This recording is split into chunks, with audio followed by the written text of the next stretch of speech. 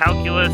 And you know, I wanted to tell you and kind of remind you that right now, like in summer school, there's not many students on campus, and my life is a lot more social and interactive with other people during the year. It's crazy. So just wait about another month and a half for this vlog for things to get a lot more exciting when school starts up again. See you later. Well, thank you for your help. Anytime. I feel like a dead man walking. I just spent the last 5 hours, it's 2 o'clock, started at 9, in class, but thankfully I am done for the day, ready to go lift.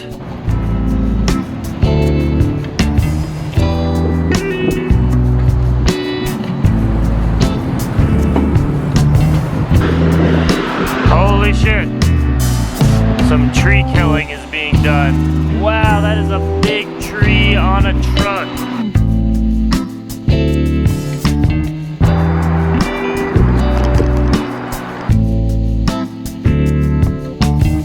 Gym is empty, as I like it.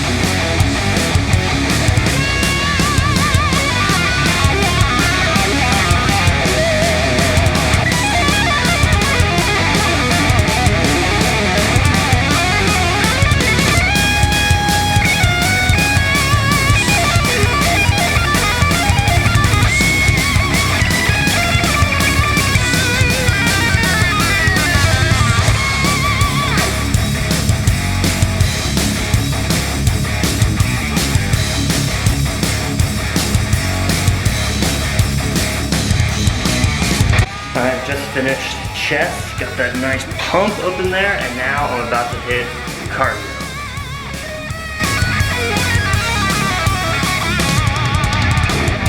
Looks like it's about to rain, just finished my cardio and lifting session. Time to stretch out for a bit and then eat. Just got back from the gym. It is time to CTFU, and if you don't know what that means, you should probably watch more high-carb vegan YouTube channels. Voila!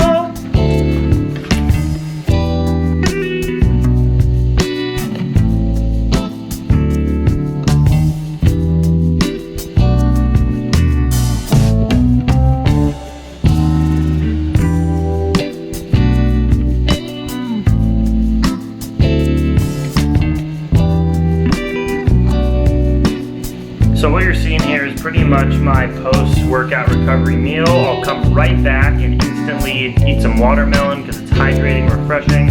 I'll wait about 20 minutes and then make this banana smoothie with a bunch of kale, spirulina, barley grass juice powder, chia seeds, hemp seeds, cinnamon, a little peanut butter powder, and then I'll have this tofu oatmeal. That's pretty much my post-workout meal. Take it down.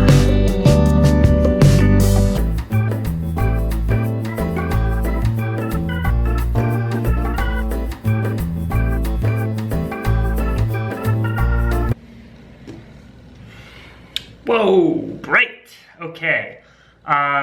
Q&A time. Got a lot of good questions. I will try to answer all of them, but I'm just letting you know, if you wrote me a question on Instagram, YouTube, whatever, in the last week, I may have actually answered that in the Q&A episode of my podcast, the Plantriotic Podcast, that I put up on Monday. So if I don't answer it here and you haven't listened to that episode, go to iTunes or my website, plantriotic.com, and listen to the last Q&A that I just uploaded, because I may have answered your question in even more depth. From mgardner05 on Instagram, how many calories do you eat in a day? Okay.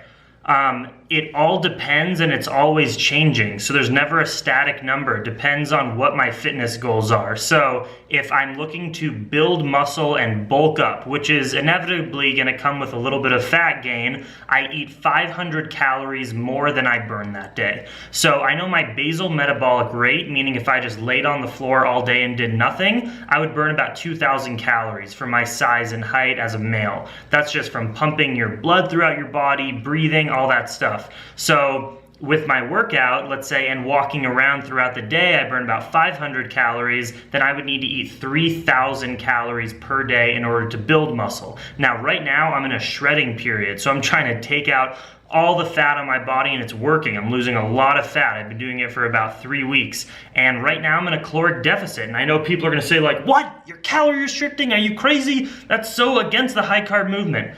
Look, for someone who's trying to maintain their muscle, like I don't want to lose all of my gains.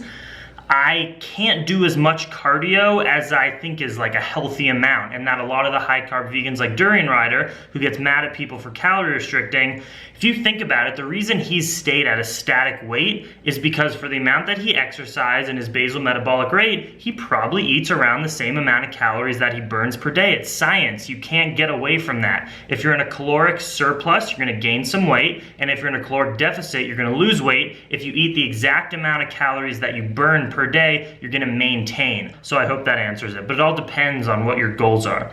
Next question is from Kells Butler on Instagram. How do you become a vegan advocate in your town? There's a few ways to do that. You said you already have a blog. That's a good way, but starting a meetup group I think is the best. You can advertise around coffee shops, restaurants in your town. Just start a vegan meetup group and say, hey, we're just gonna meet at a park once a month and bring whatever food, and it's like a potluck. That's a good way to start. And you can also, you can have a national, whatever your city is, Animal Rights Day, and just create that and try to get some momentum and awareness going on. Next question is from Brian J. Gold and Star Liege on Instagram. Asked me sort of the same question. Where do you see yourself after living in Colorado, and what attracts you to California and Colorado? I go to school here. I don't plan on living here. It gets cold. I don't like that. The fruit's not amazing. It's beautiful in the mountains. There's a lot of outdoor recreation, but other than that, I don't really want to live in Colorado. I am very attracted to California because it's a good climate. There's good fruit year-round, and a lot of cool people. But I sort of see myself right after school either traveling for like a year if I can get a grant to do that I'm hopefully gonna apply for, and just like eat incredible fruit and have an amazing daily vlog, which would be the coolest thing ever if I got a year's worth of money to travel. So either traveling, but really I like California or Austin, Texas. I know Austin's a really good place for veganism, and that interests me, so those are sort of my two options, either San Francisco, LA, or Austin. Earthling Rob asked me, why do you bro split your workouts? So I don't know exactly what that means, but I'm guessing he means like, why do you have a chest day and a back day and a shoulder day, arm day, instead of having like multiple body parts in one workout? And it's because I'm looking to build muscle as quick as possible. If you look at any professional bodybuilder routine, they're looking for hypertrophy, which means totally tiring out and exhausting your muscle fibers during your workout. Instead of like a power lifter where they're only doing 1 or 2 reps per set, a bodybuilder wants to do 8 to 12 and just get like 5 different exercises of the same muscle groups. You just destroy so many muscle fibers in that area.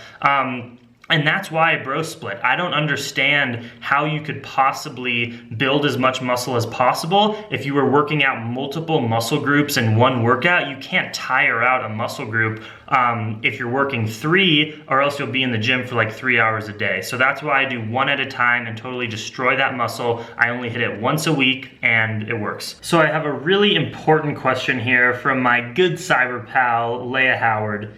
And it's essentially what she's saying is, where do you stand on alcohol and substance use and just any stimulant, from weed, drugs, alcohol, caffeine, things like that, and that the idea is most people would think that it's not very spiritually elevating, it's not, good for the mind, body, but she's saying a lot of people she's met, and I've met these people too, say that drugs and stimulants and mind and emotion altering substances have really aided in their spiritual journey and consciousness as just a vegan and spiritual person.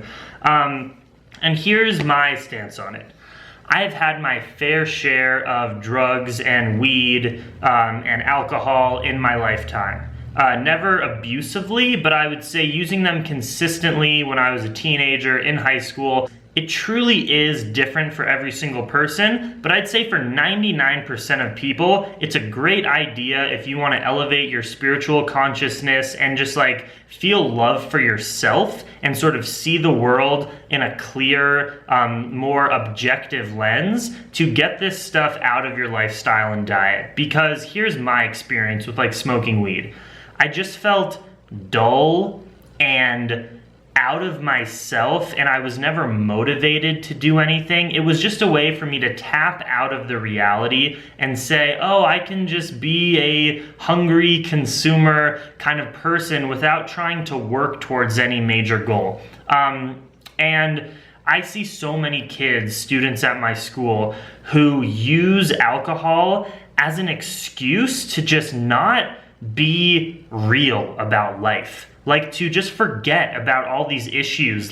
When you get high and drunk, you don't think about the animals that you're eating when you go to a fast food joint or eat pizza when you're stoned. It's a reason to say, oh, I'm just a happy person trying to enjoy life, leave me alone. But really these substances are putting a false filter over, I think, what the reality of a lot of situations. And I see with coffee too. So many students mask their sleep deprivation and terrible diets with coffee and say, well, I can drink 2 cups in the morning and I can feel great, even though if I didn't drink those 2 false stimulants because I treat my body so poorly, I'm gonna feel like crap. It's just not a real transparent way to live. But for the people who say, well, I've had an ayahuasca ceremony, I've done mushrooms and it's changed my life.